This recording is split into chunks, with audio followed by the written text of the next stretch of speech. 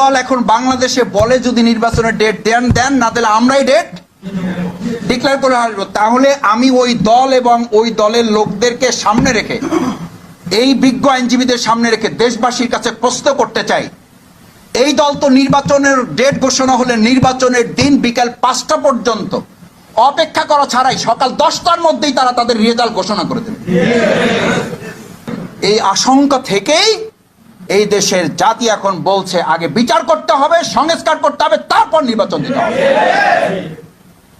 না হলে এই যে হুমকি, যেই থ্রেট আপনারা দিচ্ছেন, এগুলো তো আওয়ামী লীগের আমলেও তো আমরা এরকম কথা শুনিনি। আওয়ামী লীগের ফ্যাসিস্টরাও এরকম কথা বলে নাই। ওরা তো অন্তত সংবিধানের কথা বলছে, দোহাই দিছে, কোর্টের দোহাই দিছে, কিন্তু এত বাজে কথা মানুষকে বলে বিব্রত করে নাই।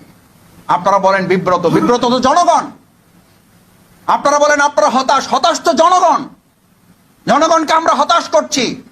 আমাদের এই সমস্ত অরাজনৈতিক এবং সংস্কৃতির বিপরীতে গিয়ে অপসংস্কৃতির রাজনীতি, সেই সংস্কারের প্রথম ধাপই হচ্ছে নিজেদেরকেও গড়ে তুলতে হবে। আমরা এক সময় আমরা বলি না যে আমরা প্রয়োজন আবার রক্ত দেবো। আমি এখন উল্টা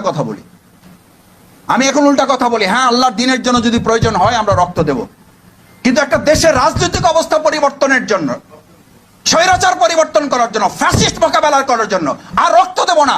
প্রয়োজনে এদেরকে মাথা উঁচু করে দাঁড়াবাড়ি আর কোনো সুযোগ আমরা দেব না।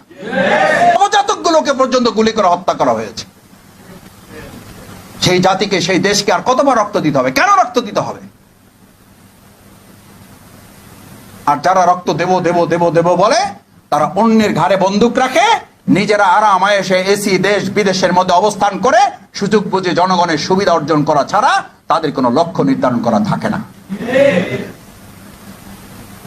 ভাইয়েরা, এই জন্য আজকের ওয়ার্কশপ আমরা বলছি, এই ওয়ার্কশপের মূল লক্ষ্য হচ্ছে আমরা দেশ পরিবর্তন করতে চাই, জাতি পরিবর্তন করতে চাই, কিন্তু তার আগে আমরা আমাদের পরিবর্তন। বাংলাদেশ জামাত ইসলামী এটার প্রতি কনসেন্ট্রেট করছে।